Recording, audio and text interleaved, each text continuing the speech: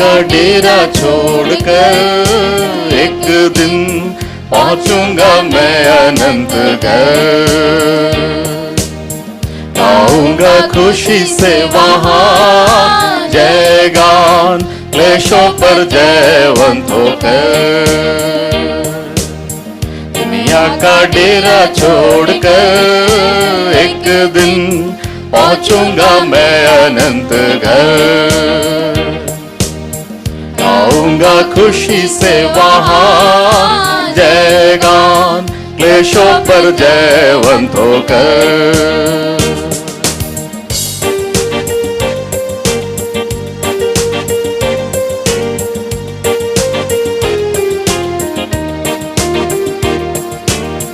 दुनिया के सुख ना चाहूं, दौलत जितना चाहूं, चलना मुझे है यीशु के कदमों पर। दुनिया के सुख ना चाहूं, दौलत जितना चाहूं, चलना मुझे है यीशु के कदमों पर। सर्वस्व करता तुझे अर्पण, जग के विधाता प्रभुवर। सर्वस्व करता तुझे अर्पण, जग के विधाता प्रभुवर। दुनिया का डेरा छोड़कर एक दिन पहुंचूंगा मैं अनंत घर। गाऊंगा खुशी से वहां जय गान, क्लेशों पर जयवंत होकर।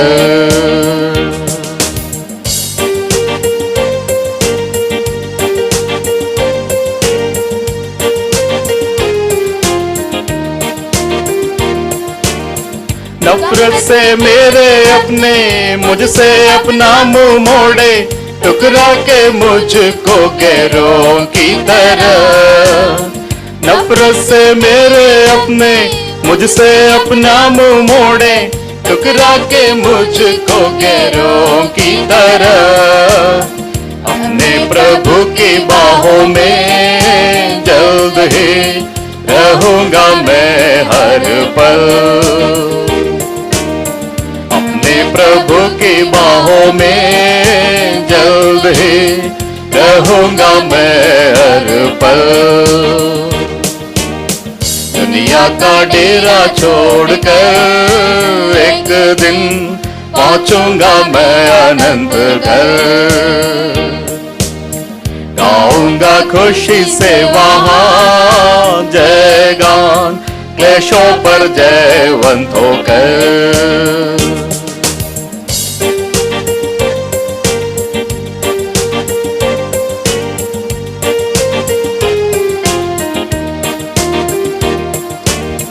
धरती और सारी सृष्टि निश्चय उस दिन बदलेगी, होगा प्रभु से जब मेरा मिलन। धरती और सारी सृष्टि निश्चय उस दिन बदलेगी, होगा प्रभु से जब मेरा मिलन। जाऊंगा पंछी के समान उड़कर, होगा महिमा में रूपांतर।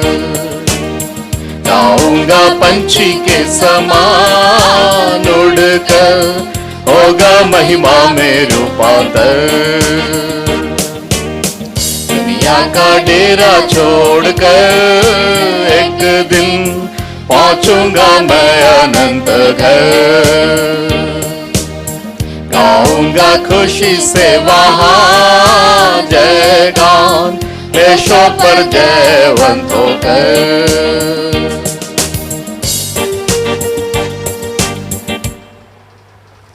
एक और गीत हम गाने के लिए चाहते हैं, और उस गीत का जो शब्द है, तेरे प्यार ने किया मुझे निहाल, ये कमाल है, कमाल है। हमारा प्रभु का, हमारा पिता परमेश्वर का अद्भुत प्रेम है प्रियों, जो हमें इस प्रकार लाया है, इस विश्वास में लाया है। और वो प्रेम जो है इतना अद्भुत पराक्रमी है। आइए उस महान परमेश्वर को इस गीत के द्वारा हम महिमा करें। जो भाई बहन को आते हैं, साथ में मिलकर हम प्रभु की महिमा करें।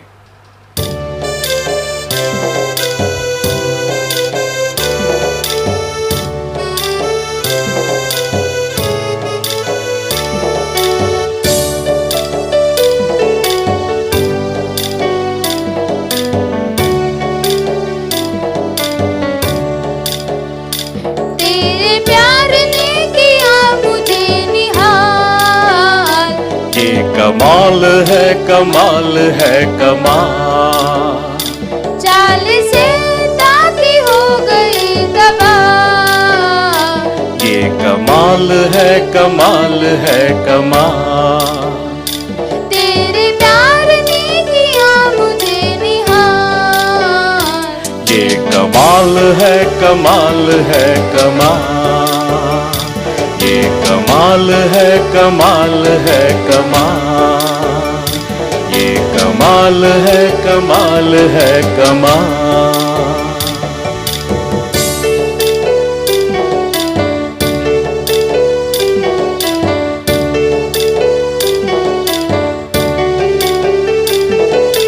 आसमां जमी की बरकतें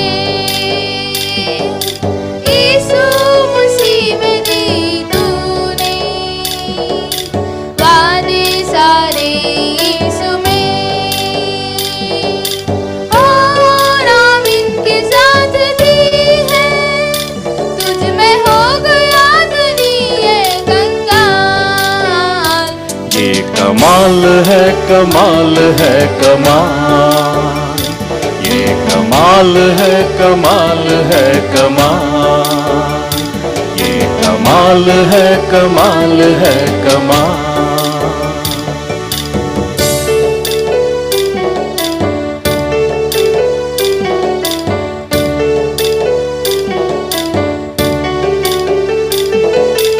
ऐसे दौर आए जिंदगी में मेरी समझ से परे। तेरी और जब लगी निगाहें आशीषों के सोते खुल गए। तू बना मेरा भाग मेरी डाल। ये कमाल है कमाल है कमाल। ये कमाल है कमाल है कमाल। ये कमाल है कमाल है कमाल।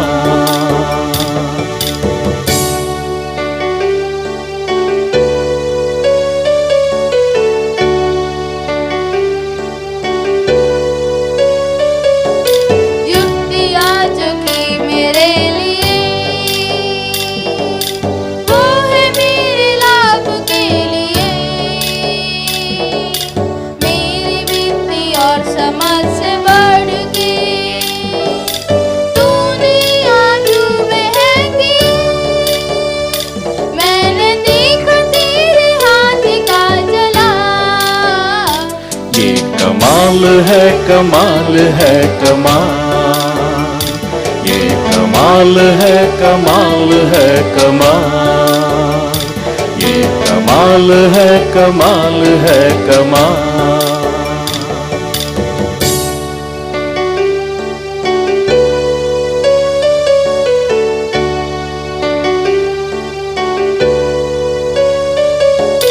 मुश्किलों के आए सिलसिले हिम्मती वचन भेज के।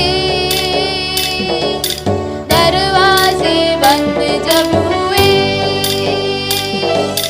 खोले नई रास्ते। तेरे प्यार की नहीं कोई मिसाल। ये कमाल है कमाल है कमाल। ये कमाल है कमाल है कमाल। ये कमाल है कमाल है कमाल। तुझ हो गया दिल ये कंगाल। ये कमाल है कमाल है कमाल। तू बना मेरा बाग मेरी डाल। ये कमाल है कमाल है कमाल। मैंने देखा तेरे हाथ का जला। ये कमाल है कमाल है कमाल। दिल में अब नहीं है कोई सवाल। ये कमाल है कमाल है कमाल। तेरे प्यार ने किया ये कमाल है कमाल है कमाल, ये कमाल है कमाल है कमाल, ये कमाल है कमाल है कमाल। धन्यवाद। प्रभु के नाम की महिमा हो। परमेश्वर के पवित्र नाम की स्तुति हो। जुड़े हुए सारे भाई बहनों को प्रभु यीशु मसीह में मेरा प्यार भरा सलाम और नमस्कार। ये सुंदर शांत शाम के समय के लिए प्रभु को धन्यवाद देते हैं। सुंदर गीतों के लिए प्रभु को धन्यवाद देते हैं, जिसके द्वारा हमारे मनों को प्रभु के वचन के लिए तैयार करने के लिए प्रभु ने हमारी मदद किया। आज के संध्या के मनन के लिए हम लेवी व्यवस्था के पुस्तक 11 अध्याय से कुछ पदों को पढ़ेंगे। बुक ऑफ लेविटिकस चैप्टर 11, लेवी व्यवस्था का पुस्तक 11 अध्याय के 1 से 3 पदों को मैं पढ़ूंगा। फिर यहोवा ने मूसा और हारून से कहा, इस्राएलियों से कहो, जितने पशु पृथ्वी पर है उन सबों में से तुम इन जीवधारियों का मांस खा सकते हो। पशुओं में से जितने चिरे या फुटे खुरके होते हैं और पागुर करते हैं उन्हें खा सकते हो। मनन और इसके विषय में या इन पदों के बीच में क्या रिश्ता है? हम पुराना नियम के अंदर परमेश्वर इस्राएली लोगों को पवित्रता सिखाने के लिए इस्तेमाल किया हुआ उदाहरणों को पढ़ते हैं। ये उनमें से एक है। परमेश्वर की कोई भी सृष्टि खराब नहीं, परमेश्वर ने सब कुछ अच्छा बनाया। परंतु जानवरों में भी परमेश्वर ने एक विभाजन किया है। वो विभाजन इसलिए किया कि इस्राएलियों को यह समझाए पवित्रता क्या होता है, अपवित्रता क्या होता है। परमेश्वर के कोई भी सृष्टि अपने आप में बुरा नहीं है। आप उत्पत्ति का पुस्तक 1 अध्याय को पढ़ते हैं, परमेश्वर के सृष्टि के बाद हर दिन ऐसा लिखा है कि वो अच्छा है ना। प्रभु ने कुछ भी खराब नहीं बनाया। परंतु अशुद्ध और शुद्ध, इनके बीच में परमेश्वर ने ये फर्क डालकर इस्राएलियों को कुछ समझाने के लिए कोशिश कर रहा है। ये समझाने के लिए कि पवित्रता का मतलब क्या होता है। जब मैं तुमसे कहता हूं जैसा मैं पवित्र हूं वैसे तुम पवित्र रहो, पवित्र बनो, इसका मतलब क्या होता है? प्रभु तुम्हारे जीवन से कुछ चाहता है। यहां पर परमेश्वर कहता है तुम्हारे खाने पीने में भी मैंने कुछ नियंत्रण रखा है, सब कुछ तुम नहीं खा सकते। और जानवरों में परमेश्वर ने कहा इन जानवरों को तुम खा सकते हैं, इनको नहीं खा सकते हैं। केवल खाने पीने के संबंध में नहीं, परंतु बलि चढ़ाने के संबंध में भी, बलि चढ़ाने के लिए भी परमेश्वर ने कहा शुद्ध जानवरों को बलि चढ़ाना। हम नोहा के बारे में पढ़ते हैं उत्पत्ति 8वां अध्याय में। जब नोहा जहाज से बाहर आया, लिखा है कि नोहा ने शुद्ध पक्षियों में से और जानवरों में से परमेश्वर को भेंट चढ़ाया और परमेश्वर ने उस भेंट को स्वीकार किया, सुगंधित रूप में उसको स्वीकार किया। यहां पर एक जानवर को पवित्र यदि घोषित करना है, 2 योग्यताएं दिखना, पूरा होना जरूरी है। यदि तुम किसी जानवर को खाना चाहते हैं या किसी जानवर को परमेश्वर के लिए अर्पण करना चाहते हैं, उस जानवर में 2 स्वभाव, 2 गुण पाया जाना चाहिए। वो 2 गुण हमने यहां पर देखा। फटे या चिरे खुरके हैं, मतलब उसका पाव फटा हुआ होना चाहिए। पाव जो है चिरा हुआ, फटा हुआ होना चाहिए, एक। दूसरा, पागुर करने वाला हो। जुगाली, पागुर करना, हम सब जानते हैं उसका मतलब क्या होता है। पागुर करने का मतलब है कुछ जानवर जैसे गाय, बैल, बकरी वगैरह अपना खास भोजन करने के बाद कहीं जाकर लेट जाते हैं। फिर क्या करता है, फिर जो खाया, जो अंदर गया, उसका एक गोला बाहर आएगा, उसका मुंह में आएगा, और वो मुंह में वो चबाता रहेगा, चबाता रहेगा, चबाता रहेगा, घंटों चबाता रहेगा, तब तक चबाएगा जब तक वो पचने लायक नहीं होता। जब वो पचने लायक होता है, वापस उसके पेट में एक दूसरा हिस्से में जाता है और पचता है। मतलब पहली बार जो जाएगा वो पेट का एक हिस्से में जाता है। बताया जाता है कि इन जानवरों के पेट के अंदर 3 या 4 प्रकार के हिस्सा होता है। सबसे पहला जब वो भोजन खाता है वो पहले हिस्से में जाएगा, वहां पर पचेगा नहीं, वहां पर उसका वो गोला बनाकर वापस अपने मुंह में लाएगा, फिर उसको चबाएगा, फिर उसको दूसरा एक पेट के दूसरे हिस्से में जाएगा। मतलब प्रभु कहता है एक जानवर को शुद्ध घोषित करने के लिए ये दोनों गुण होना चाहिए, और ये दोनों गुण विश्वासी के किसी न किसी क्षेत्र से जुड़ा हुआ है। क्योंकि हम नया नियम में पढ़ते हैं, तीमुथियुस की दूसरी पत्री 3 अध्याय में, हर एक पवित्र शास्त्र परमेश्वर के प्रेरणा से रचा हुआ है, इसलिए वो हर एक पवित्र शास्त्र मेरे और आपके जीवन के सुधार और आत्मिक उन्नति के लाभ के लिए दिया गया है। मतलब पवित्र शास्त्र के कोई भी हिस्सा अनावश्यक नहीं है। पुराना नियम में जितनी भी बातें लिखा है उसमें किसी न किसी जगह कहीं ना कहीं प्रकार मेरे लिए और आपके लिए आत्मिक शिक्षा है, और यहां पर भी मेरे लिए आपके लिए आत्मिक शिक्षा है। 2 बातें यहां पर हमने देखा, एक चिरा हुआ खुर या पाव फटा हुआ हो, मतलब बाहर दिखेगा, बाहर कुछ देखने के लिए है, और दूसरा है पागुर करना। पागुर करना जैसे मैंने बोला वो अंदर होने वाला एक प्रक्रिया है, वो बाहर दिखेगा नहीं। जब चबाता है तो हमें समझ में आता है, लेकिन क्या चबाता है, कैसे चबाता है, वो हमें दिखता नहीं है, क्योंकि ये अंदर होने वाली एक प्रक्रिया है। विश्वासी के 2 प्रकार के क्षेत्रों को ये दिखाता है, एक बाहर दिखने वाला क्षेत्र होता है, दूसरा अंदर जो क्षेत्र है बाहर दिखने वाला नहीं है, अदृश्य है। ये हर विश्वासी के जीवन में है, परंतु ये दोनों में एक कनेक्शन है, एक संपर्क है। मैं यहाँ पर सिर्फ पागुर करने के विषय में बताना चाहता हूं। पागुर करने का मतलब है मनन करना, पागुर करने का मतलब है चिंतन करना। क्योंकि ये जानवर जब खाता है वो अच्छे से चबाता नहीं है, वो खाता है उसको निगल लेते हैं, उसको बाद में चबाना पड़ता है। एक अच्छा स्वास्थ्य वाला जानवर, ऐसा बताया जाता है, कम से कम एक दिन के 8 घंटे तक चबाता रहता है, पागुर करता है, कम से कम। मतलब वो उसका कम से कम यदि 8 घंटा चबाएगा वो अच्छा स्वास्थ्य वाला जानवर माना जाता है।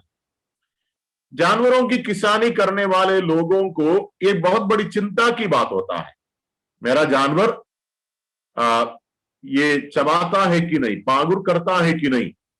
पागुर यदि नहीं करता है उसका मतलब है उसका स्वास्थ्य खराब है। ये जो चबाने का प्रक्रिया हजारों बार वो करते हैं, मतलब वो थकता नहीं है। आपने यदि कभी ध्यान दिया हो तो समझ में आएगा, एक कहीं जाकर चरेगा, घास खाएगा, फिर जाकर शांति से किधर लेट जाता है, फिर वो चबाता रहता है। मैंने ऐसा पढ़ा है, एक जानवर स्वस्थ जानवर जो है 24 घंटे के अंदर लगभग 30,000 से लेकर 40,000 बारी तक 30 से 40,000 बार तक चबाता है। वो चबाता रहता है, थकता नहीं है, क्योंकि अनिवार्य है। ये खाया हुआ भोजन यदि शरीर के अंदर असर करना है तो ये चबाना जरूरी है, क्योंकि चबाएगा नहीं तो पचेगा नहीं। जब पचेगा तभी शरीर में असर करेगा। मतलब यहां पर विश्वासी के लिए एक बहुत बड़ा सीख है। वो सीख क्या है? वो सीख यह है, बहुत बार हम लोग खाते तो हैं परंतु चबाते नहीं चबाने के वजह से क्या होता है, असर नहीं करता है। कहां? जीवन में। और एक कितना सत्य भी है ना, सैकड़ों संदेश सुनते हैं, सैकड़ों। आजकल तो बोलो हजारों, कितने अध्यायों को कितनी बार हमने पढ़ा, परंतु जीवन में बहुत कम परिवर्तन, फर्क दिखता है। कारण क्या है? चबाते नहीं, मनन नहीं होता है। प्रभु के वचन मनन के विषय में कई बातें बताता है। हमने पिछली बार, जैसे भाई बॉस ने बताया, हमने पिछली बार ये देखा कि मनन करने वाले की योग्यता क्या होता है। भजन संहिता 119, और फिर यूसुफ के जीवन में भी, इसहाक के जीवन में भी हमने ये देखा है। एक दो बातें, दो तीन बातें मनन के संबंध में बोलकर मैं आगे बढ़ना चाहूंगा। सबसे पहली बात, मनन के बिना वचन पढ़ना हो या सुनना हो व्यर्थ होता है। मैं उस वाक्य को फिर से बताना चाहता हूं। मनन के बिना वचन सुनना या पढ़ना व्यर्थ होता है। ऐसा मैंने क्यों बोला? ऐसा मैंने इसलिए बोला क्योंकि आप यीशु मसीह के उस उपमा को याद करते हैं जो बीज बोने वाले का उपमा है। सबसे पहला बीज रास्ते के, मार्ग के किनारे गिरा। क्या हो गया? वो बीज गिरा मिट्टी के ऊपर, थोड़ा समय के बाद चिड़िया आकर उसको उठा लिया। मतलब वचन गिरा, पर वचन अंदर गया नहीं, मिट्टी के अंदर गया नहीं। यदि वचन, वो बीज मरना है तो मिट्टी के अंदर जाना है। मिट्टी और वचन के बीच में एक मेलमिलाप होना है या मिलन होना है, वो हुआ नहीं। इसलिए वो बीज बेकार हो गया, उसका कोई परिणाम नहीं निकला। और परमेश्वर के वचन पढ़ने या सुनने के संबंध में बाइबल खुद ये बताता है, यदि हम मनन नहीं करते हैं। मैं आपको एक वचन का भाग दिखाऊंगा, याकूब की पत्री पहला अध्याय, याकूब की पत्री पहला अध्याय, उसका 21, 22 और 25 तक के पदों को हम पढ़ेंगे। मैं 23वां पद को पढ़ूंगा। 21 से पढ़ना चाहिए, मैं 23वां पद को पढ़ूंगा। क्योंकि जो कोई वचन का सुनने वाला हो और उस पर चलने वाला ना हो, तो वो उस मनुष्य के समान है जो अपना स्वाभाविक मुंह दर्पण में देखता है, इसलिए कि वो अपने आप को देखकर चला जाता और तुरंत भूल जाता है कि मैं कैसा था। और जो व्यक्ति स्वतंत्रता की सिद्ध व्यवस्था पर ध्यान करता रहता है, वो अपने काम में इसलिए आशीष पाएगा कि सुनकर भूलता नहीं, पर वैसा ही काम करता है। एक बात यहां पर साफ है, वो ये है, मनन नहीं करोगे, पढ़ना या सुनना व्यर्थ है।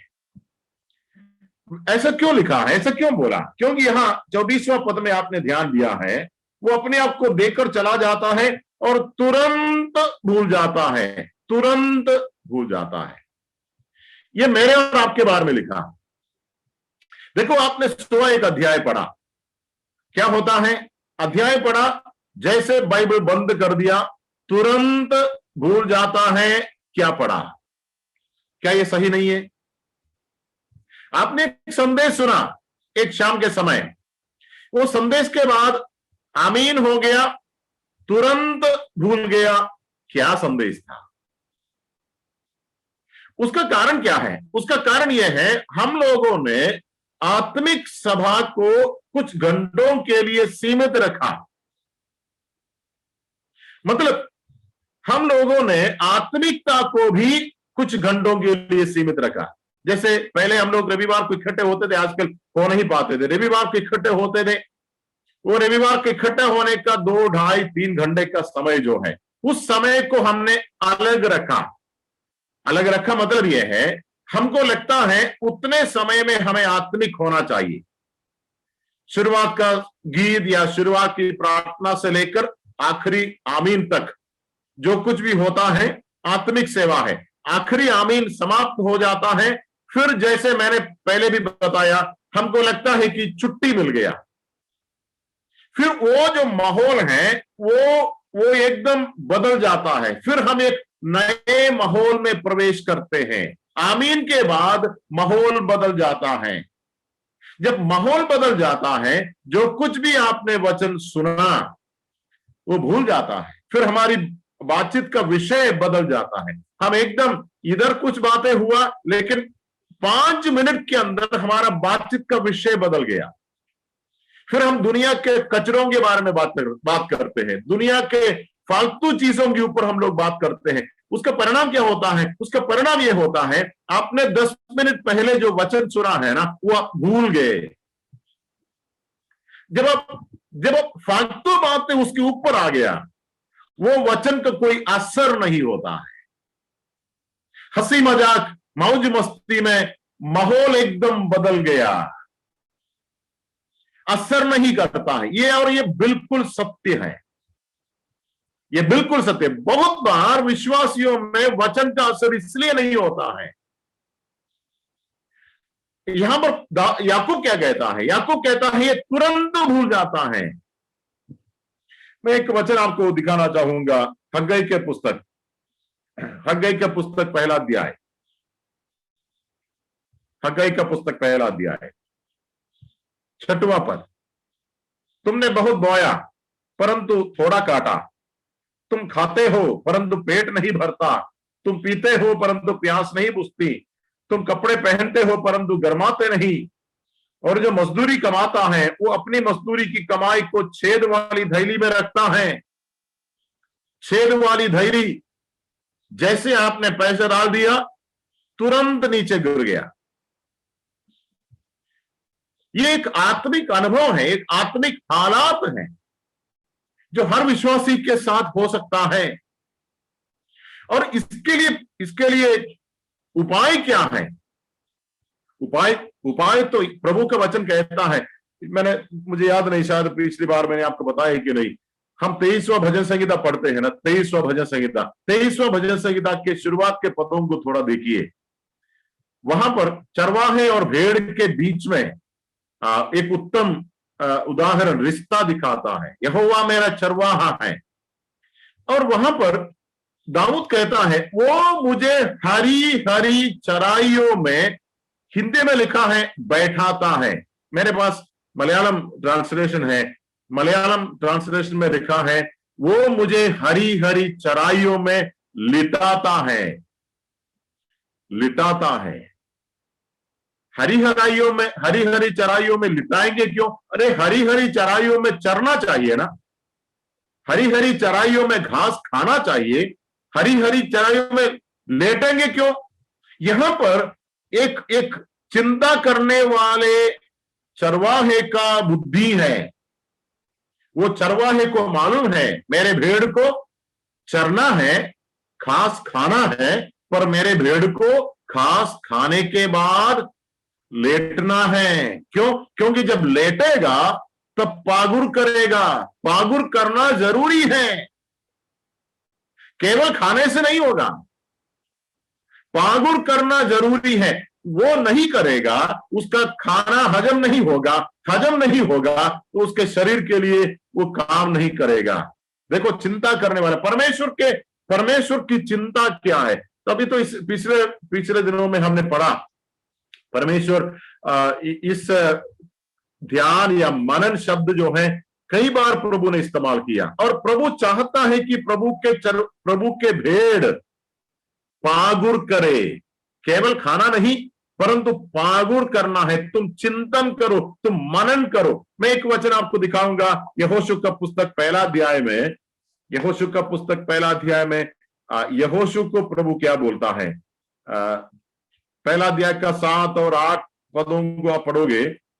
यहोशू को एक विशेष आदेश प्रभु ने दिया, इतना हो कि तू हियाव बांध कर और बहुत दृढ़ होकर जो व्यवस्था मेरे दास मूसा ने तुझे दी है उन सबके अनुसार करने में चौकसी करना, और उससे ना तो दाहिने मुड़ना और ना बाएं। तब जहां जहां तू जाएगा वहां वहां तेरा काम सफल होगा। व्यवस्था की ये पुस्तक तेरे चित्त से कभी ना उतरने पाए, इसी में दिन रात ध्यान दिए रहना, इसलिए कि जो कुछ उसमें लिखा है उसके अनुसार करने की तू चौकसी करे, क्योंकि ऐसा ही करने से तेरे सब काम सफल होंगे और तू प्रभावशाली होगा। परमेश्वर का शब्द है ये, यहोशू को बोलता है। यहोशू, पुस्तक में जो चीजें हैं वो पुस्तक में रहने से नहीं होगा। पुस्तक में जो चीजें हैं वो तुम्हारे मुंह में आना चाहिए, अर्थात पढ़ना चाहिए, लेकिन मुंह में आने से भी नहीं होगा। जो वचन मुंह में आएगा ना वो तुम्हारे हृदय में जाना चाहिए, क्योंकि ध्यान और मनन मुंह में नहीं होता है, ध्यान और मनन हृदय में होता है। जब वो वचन तुम्हारे हृदय में जाएगा, मनन और चिंतन करेगा, तुम्हारे पैरों में उसका असर होगा, तुम उसके अनुसार चलोगे। देखो ये वचन कहां कहां पहुंचना चाहिए। वचन केवल पुस्तक में नहीं रहना, पुस्तक की जो बातें तुम्हारे मुंह में आए, तुम्हारे मुंह की बातें तुम्हारे हृदय में जाए, तुम्हारे हृदय का मनन का असर, प्रभाव तुम्हारे चाल चलन में दिखे। ऐसा करने से क्या होगा? ऐसा करने से तुम्हारा जीवन सफल होगा। सक्सेस अंग्रेजी भाषा में लिखा है यू विल हैव सक्सेस। तुम जय पाओगे, तुम जीतोगे। जीतने का रहस्य क्या है? मनन करो, चिंतन करो। तो पहली बात मैंने ये बताया, मनन बिना वचन, मनन बिना वचन व्यर्थ है। कैसे व्यर्थ है? छिदा हुआ थैली में पैसा डालने का बराबर है। छिदा हुआ थैली में पैसा डालेगा तो वो कितना समय के बाद वो पैसा नीचे गिरेगा? उसी समय गिरेगा, उसी समय। मैं आपसे एक सच कहूं, बहुत बार हमारा वचन सुनना ऐसे ही होता है। छिदा हुआ थैली में जैसे पैसा डाला वैसे ही होता है। इसलिए मैंने कहा 5 मिनट के बाद पूछो भाई आपने क्या सुना? भूल गया। सुबह आपने कौन सा अध्याय पढ़ा? भूल गया। किधर डाल दिया आपने? सीधा हुआ थैली में डाल दिया। क्या पेट भरेगा? नहीं भरेगा। प्यास बुझेगा? नहीं बुझेगा। क्योंकि हमारे लिए बाइबल पढ़ना हो या वचन सुनना हो केवल एक फॉर्मालिटी बन गया, औपचारिकता बन गया। सीरियस, गंभीर नहीं हम लोग। और इसलिए जीवन में उसका परिणाम या असर नहीं दिखता। मैं एक दूसरी बात आपको बताता हूं, यह है, पहली बात मैंने आप ये बताया, मनन बिना वचन व्यर्थ है। पर एक दूसरी बात मैं बताता हूं, यह है, वचन बिना मनन खतरनाक है। वचन बिना मनन खतरनाक है। इसका मतलब क्या है? सोचो, एक व्यक्ति मनन करता रहता है परंतु वचन नहीं पढ़ता है। ना तो वचन पढ़ेगा और ना ही वचन सुनेगा, वो केवल मेडिटेट करता रहता है। ऐसे में क्या हो जाएगा? ऐसे में बहुत गड़बड़ हो जाएगा, बहुत गड़बड़ हो जाएगा। खतरनाक है वो। क्योंकि यहां पर यहोशू में भी हमने पढ़ा, प्रभु कहता है कि ये जो वचन है ना, वचन को मनन करना, वचन के बाहर कुछ मनन नहीं करना। वचन के बाहर मनन करोगे तो खतरनाक जगह में पहुंचोगे। बहुत सारे उदाहरण प्रभु के वचन के अंदर है। मैं आपको रोमियो की पत्री से एक उदाहरण दिखाना चाहूंगा। पहला अध्याय में, रोमियो की पत्री पहला अध्याय में, अन्य जातियों के पाप के ऊपर परमेश्वर के क्रोध प्रकट होता है ना। उसका 18 पद से आप नीचे पढ़ोगे, परमेश्वर का क्रोध उन लोगों के सब अभक्ति के ऊपर प्रकट होता है। फिर 19वां पद में लिखा है कि इसलिए कि परमेश्वर ने अपने विषय में उन पर प्रकट किया है। परमेश्वर ने कुछ तो प्रकाशन लोगों को दिया है सृष्टि के द्वारा। परमेश्वर ने अपना ताकत है ना, अपना महिमा सृष्टि के द्वारा दुनिया के सामने प्रकट किया। परंतु एक शब्द मैं आपको दिखाना चाहूंगा, 21वां पद, वर्स 21, 19 और 20 पदों में परमेश्वर के अनदेखा गुण, सनातन सामर्थ और परमेश्वरत्व जगत की सृष्टि के समय से प्रकट होता है। ठीक है, उसके बाद 21वां पद देखिए, इस कारण कि परमेश्वर को जानने पर भी उन्होंने परमेश्वर के योग्य बड़ाई और धन्यवाद ना किया, परंतु व्यर्थ विचार करने लगे। मनन और ध्यान का एक अलग शब्द है, विचार करना, है ना, एक ही बात के ऊपर विचार करना, गौर से विचार करना, ध्यान देना, हमेशा उसके ऊपर सोचता रहना, सोचता रहना, सोचता रहना। यहां पर समस्या क्या है? यहां पर समस्या यह है, परमेश्वर ने जो प्रकट किया उसके ऊपर कुछ विचार नहीं किया। विचार करना चाहिए था परमेश्वर के प्रकटीकरण के ऊपर। आकाश को देखो, पृथ्वी को देखो, समुद्र को देखो, पहाड़ को देखो, ये सब परमेश्वर की महिमा को बताता है। 19वां भजन संहिता, आकाश परमेश्वर की महिमा को प्रकट करता है, आकाश मंडल उसके हस्तकला को प्रकट करता है, सूर्य, चंद्रमा, नक्षत्र, सारी सृष्टि परमेश्वर की महिमा और क्या बोलते हैं, ताकत को प्रकट करता है। लोगों को चाहिए था उसके ऊपर मनन करे, परंतु वो मनन नहीं किया, व्यर्थ विचार करने लगा। मतलब जो प्रकाशन मिला है ना, उसके बाहर सोचने लगा। मैं आपको भी या हम सबों को भी एक शब्द सावधानी के रूप में बताना चाहता हूं। आप वचन के बाहर मनन करोगे ना, आप खतरनाक जगह में पहुंचोगे। बहुत सारे झूठा उपदेश क्यों निकला? बहुत सारी झूठी शिक्षाएं क्यों निकला? एक ही कारण है, तुम अपने हिसाब से सोचने लगे। मनन करो, पर वचन मनन करो, वचन के बाहर कुछ नहीं। पुराना नियम में परमेश्वर ने ये शिकायत भविष्यद्वक्ताओं को बता। मैं एक वचन आपको दिखाऊंगा, यिर्मयाह का पुस्तक निकालिए, 23वां अध्याय, बुक ऑफ यिर्मयाह चैप्टर 23। कई जगह हमें यह शिकायत परमेश्वर की ओर से मिलता है। यिर्मयाह का पुस्तक 23वां अध्याय, उसका 16वां पद में पढ़ता हूं। यिर्मयाह 23 का 16, ये पूरा अध्याय में आपको यही संदेश मिलेगा। भविष्यद्वक्ताओं के ऊपर, झूठे भविष्यद्वक्ताओं के ऊपर परमेश्वर का क्रोध है।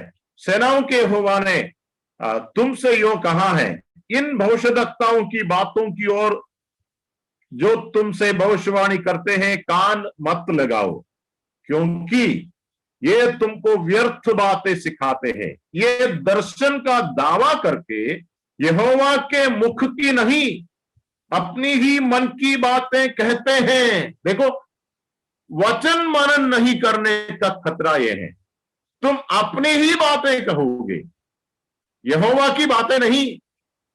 और इसलिए प्रभु कहता है, इन भविष्यद्वक्ताओं के वचनों के ऊपर ध्यान नहीं देना। प्यारे भाई और बहन, प्रभु ने जो बातें प्रकट किया बस उसी के ऊपर मनन करना, उसके बाहर की बातों के ऊपर हमें मनन नहीं करना। मैंने इसीलिए कहा, वचन बिना मनन खतरा है। कल्पना अनुमानों में हम पहुंचेंगे, कल्पना और अनुमान, और ये हमेशा खतरा है ना। कितने कल्पनाएं और अनुमान है, लोग कितने प्रकार, अभी जैसे सृष्टि के बारे में बहुत से लोग हजम कर नहीं सकते हैं। लोग कहता है कि ये सृष्टि तो अपने आप आया, है ना, थियरी ऑफ एवोल्यूशन, वो ये सृष्टि अपने आप। ये ऐसे सिखाने वाले लोग कौन है? मेरे ख्याल से बहुत सारी झूठी शिक्षाएं मसीही समुदाय के अंदर, जो लोग अपने आप को मसीही कहता है, उनकी तरफ से आया है। कारण क्या है? कारण यह है, परमेश्वर के प्रकट किया हुआ वचन के बाहर लोग जब सोचने लगते हैं, खतरा है। मैं आपको एक, इसके बारे में हम बाद में और चर्चा करेंगे, लेकिन मैं आपको एक उदाहरण बाइबल के अंदर से बताना चाहता हूं। आप जब एक संदर्भ आपको याद होगा, जब संदूक, परमेश्वर का संदूक पकड़ा गया था, और संदूक एक बार जब वापस, शमूएल के पुस्तक में है, वापस जब लाया जा रहा था, एक विशेष जगह में पहुंचा, वहां के लोगों ने संदूक के अंदर झांक कर देखने की कोशिश किया। संदूक के अंदर, संदूक वैसे एक पेटी है, पेटी का एक ढक्कन होता है, उसको सिंहासन, मर्सी सीट बोलते हैं, अनुग्रह का सिंहासन बोलते हैं। उसके अंदर 3 चीजें रखा है। वो किसी के दिखाने, मतलब कोई देख नहीं सकता, उसको ढक कर रखा है। परमेश्वर का ये आदेश है, वो खोलने का नहीं। परंतु वहां पर जब आया, लोगों ने उसको, उस ढक्कन को उठाकर उसके अंदर की चीजों को देखने की कोशिश किया। लगभग 50,000 से ज्यादा लोग मारा गया। मेरा कहने का तात्पर्य यह है, जिस चीजों को परमेश्वर ने ढका है, उस चीजों में क्या बोलते हैं, झांक कर देखने की कोशिश करना खतरा है। क्या ऐसा चीजें हैं बाइबल में? ऐसा चीजें हैं जो प्रभु ने खुलासा नहीं किया। जिन बातों का प्रभु ने खुलासा नहीं किया, उन बातों के तरफ दिलचस्पी लगाना खतरनाक है। मेरे और आपके जीवन की आत्मिक उन्नति हेतु, हमारे उद्धार के लिए, हमारे आत्मिक उन्नति के लिए, जीवन के हर क्षेत्रों के लिए पर्याप्त सामग्री, पर्याप्त वचन प्रभु ने अपने वचन के अंदर दिया है। एक वचन मैं व्यवस्था विवरण के अंदर से आपको दिखाना चाहूंगा। व्यवस्था विवरण 29वां अध्याय, चैप्टर 29 ऑफ ड्यूट्रोनोमी, उसका 29वां पद, 29वां अध्याय का 29वां पद। गुप्त बातें हमारे परमेश्वर यहोवा के वश में हैं, परंतु जो प्रकट की गई हैं वे सदा के लिए हमारे और हमारे वंश में रहेगा, इसलिए कि इस व्यवस्था की सब बातें पूरी की जाए। 2 प्रकार की बातों के विषय में प्रभु खुद कहता है। एक, गुप्त बातें, मतलब जो प्रकट नहीं किया। क्या ऐसी बातें हैं? जरूर है। क्या प्रभु ने अपने बारे में सब कुछ प्रकट किया? मुझे तो नहीं लगता है। प्रभु अपने बारे में सब कुछ प्रकट नहीं किया, क्योंकि सब कुछ हम समझ नहीं सकते। जितना प्रकट किया वो भी तो हम पूरा समझ नहीं सकते। प्रभु ने अपने बारे में सब कुछ प्रकट नहीं किया। गुप्त बातें और भी हैं, परंतु मेरे और आपके लाभ के लिए जो भी चाहिए वो सब कुछ प्रभु ने प्रकट किया। मतलब यह है, जो बातें गुप्त हैं, प्रभु ने प्रकट नहीं किया, उसके ऊपर हमें विचार नहीं करना है। मेरा मतलब यह है, प्रभु के वचन के बाहर हमें जाना नहीं है। प्रभु के वचन के बिना मनन करेगा तो खतरा यह भी है। वैसे हम जानते हैं, हम उत्पत्ति के पुस्तक से पढ़ते हैं, प्रभु ने कहा मनुष्य का विचार बचपन से बुरा है ना। विचार, वो जो विचार है ना, तो विचार जगह में आप मेडिटेशन शब्द डाल सकते हैं। मनुष्य का मनन बचपन से बुरा है। उत्पत्ति 6 अध्याय में है, उत्पत्ति 8वां अध्याय में है। परमेश्वर कहता है ये हमारा स्वभाव है। क्या स्वभाव है? बुरा सोचना। बुरा सोचना। प्रभु ने क्यों कहा वचन मनन करो? वो इसलिए कहा, यदि तुम वचन मनन नहीं करोगे, तुम गंदी चीजें मनन करोगे। क्योंकि जैसे कि हम, आपके पास यदि खेत होगा, खेत, एक साल आप उस खेत के अंदर कुछ भी खेती नहीं किया, क्या हो जाएगा? आप 2-3 महीने में जाओगे, पूरा जंगली भरा हुआ होगा। किसने बोया? किसी ने नहीं बोया। किसने खाद दिया? किसी ने नहीं दिया। किसी ने पानी दिया? किसी ने भी नहीं दिया। वो बोने का भी जरूरत नहीं, उसको खाद का भी जरूरत नहीं, उसको पानी का भी जरूरत नहीं, वो अपने आप उगेगा, क्योंकि वो जंगली है। ये जंगली का स्वभाव है। अच्छा बीज के लिए कड़ा मेहनत करना पड़ता है, दिन रात जागते रहना पड़ता है, पसीना बहाना पड़ता है, तब भी कितने बार नुकसान होता है। परंतु जंगली के लिए कुछ नहीं चाहिए, ये अपने आप उगेगा। मेरे भाई और बहन, ये मेरे और आपके दिल की हालात है। वचन मनन क्यों करना? वचन मनन इसलिए करना क्योंकि वचन मनन नहीं करोगे, अपने आप बहुत से और बातें मनन करोगे जो आपके लिए घातक होगा। एक और तीसरी एक चीज भी बोल करके आगे बढ़ूंगा। मनन बिना आत्मिक सेवा स्वीकार योग्य नहीं है। 3 बातें मैंने आपको बताया।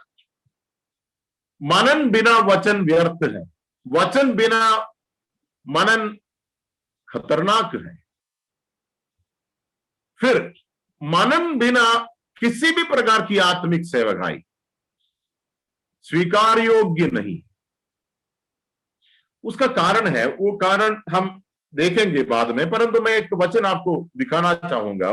भजन संहिता 19 थोड़ा देखिए, भजन संहिता 19 साम 19 उसके आखिरी पद, मेरे मुंह के वचन और मेरे हृदय का ध्यान तेरे सम्मुख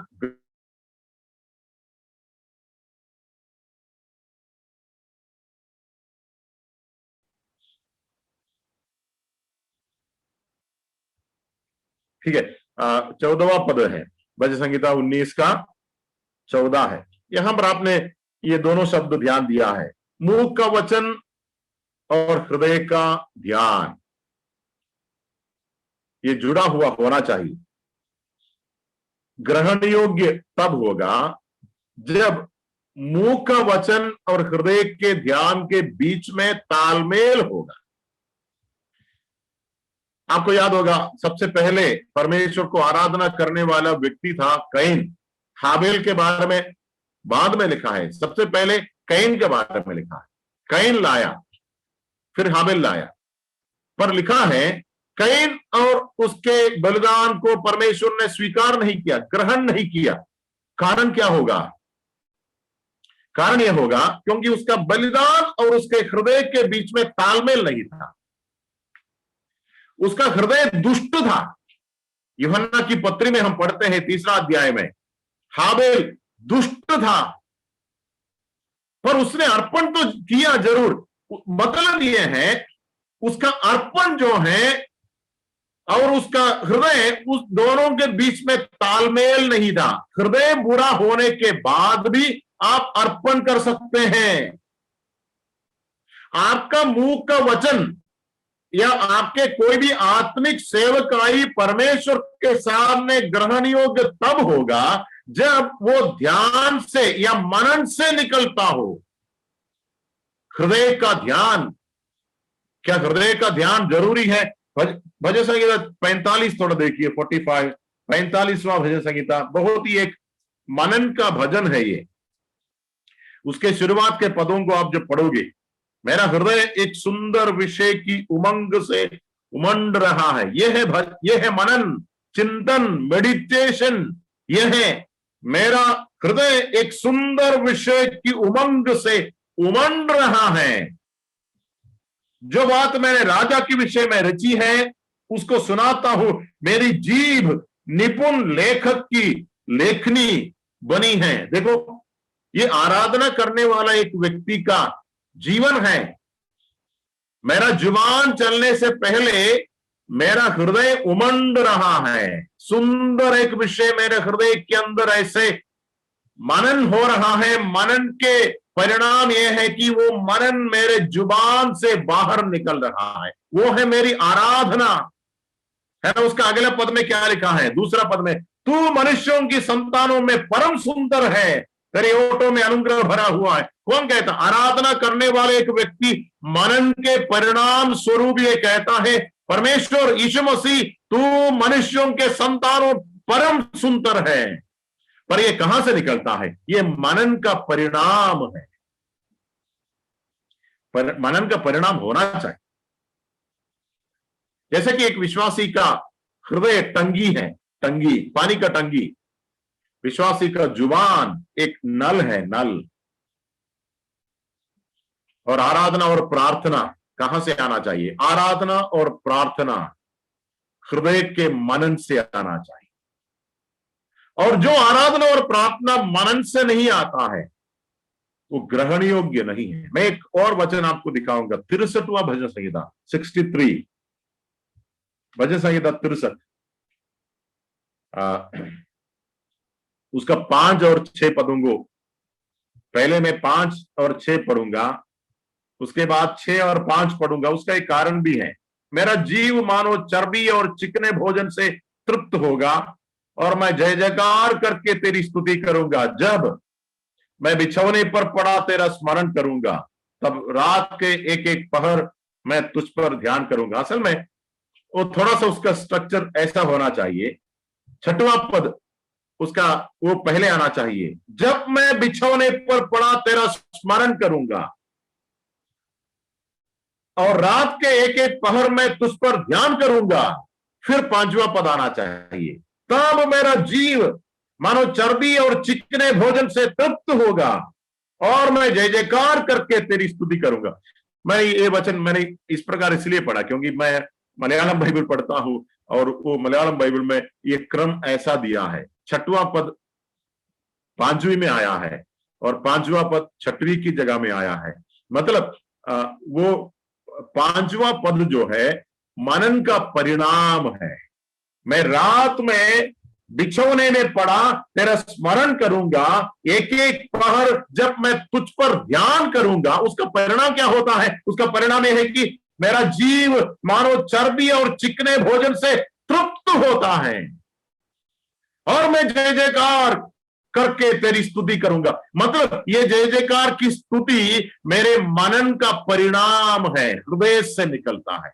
मेरे भाई और बहन,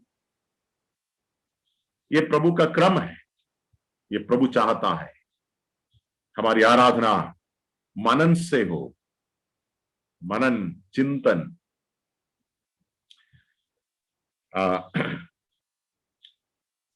इससे जुड़े हुए बहुत से वचन हमें बाइबल के अंदर मिलता है। मैं हम पर समाप्त करता हूं, हमारा समय समाप्त हो गया। प्रभु ने चाहा तो हम इस विषय के ऊपर थोड़ा और आने वाले दिनों में देखेंगे। मैं 3 बातें आज बताया, उसके ऊपर थोड़ा सा ध्यान रखिए। मनन बिना वचन व्यर्थ है, वचन बिना मनन खतरनाक है, मनन बिना आराधना प्रार्थना किसी भी आत्मिक सेवा स्वीकार योग्य नहीं है। इसके ऊपर प्रभु ने चाहा तो आने वाले दिनों में और खुलासा होगा। इन छोटे से विचारों के द्वारा भी प्रभु हमें आशीर्वाद दे। प्रभु को महिमा मिले।